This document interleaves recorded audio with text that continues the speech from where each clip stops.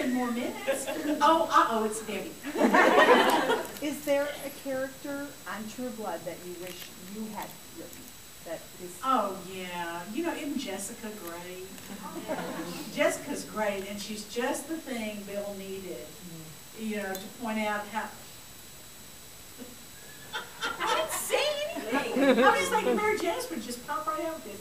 You know, it's just the thing that the books needed to point out what a stick Bill's got up his head. Well, I didn't say it. I was only thinking it. Mary Janice said that, but she channeled it. But anyway, I think she's a great character and a delightful addition. Now, the end of last season showed her going through the dark side. But I hope she comes back out the other side because I love the character and what they're doing. Getting back to what you were saying earlier about Lafayette too, it's almost worse, I would think, if they have a really great actor or actress, especially with a character you're waiting. Like I'm a huge The Tudors fan, and so historically you know this guy's going to get boiled in oil, like or whatever, and you're like, oh, but it's almost more. I mean, you're happy they're putting all this money and production and Austin. They're happy to spend on your vision.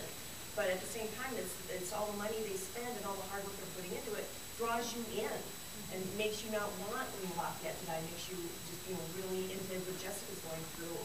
And I think we're lucky, but it's also I think it's a double-edged sword. Yeah, I didn't have a mean joke or anything at the end of that. I finished. She was like, but no. That's what she said. No, I got nothing. Yes. I have listened to both your books, besides buying them, on Audible. Have you listened, and do you think, because I think the actress who does Sophie sounds like Sophie. Yeah, I like Joanna Parker a lot, and we've done events together, which was... And I love the Betsy. It was weird. But, and I haven't listened to yours, though I'd like to, but Johanna always sounds angrier than my Sookie, and I'm going, why is she so mad? Well, she's reading the words I wrote, but they sound like she's, just really, irritated. But I think she does a great job with the voices, and I'm so glad they picked her. The only audiobook I've ever heard is mine. And it was a tremendous tool for me because, well, of course, my vanity had to be fed. Wow, that sounds awesome. Well, the best part is when they say, this book is about Mary Janice Davidson. Rewind, Mary Janice.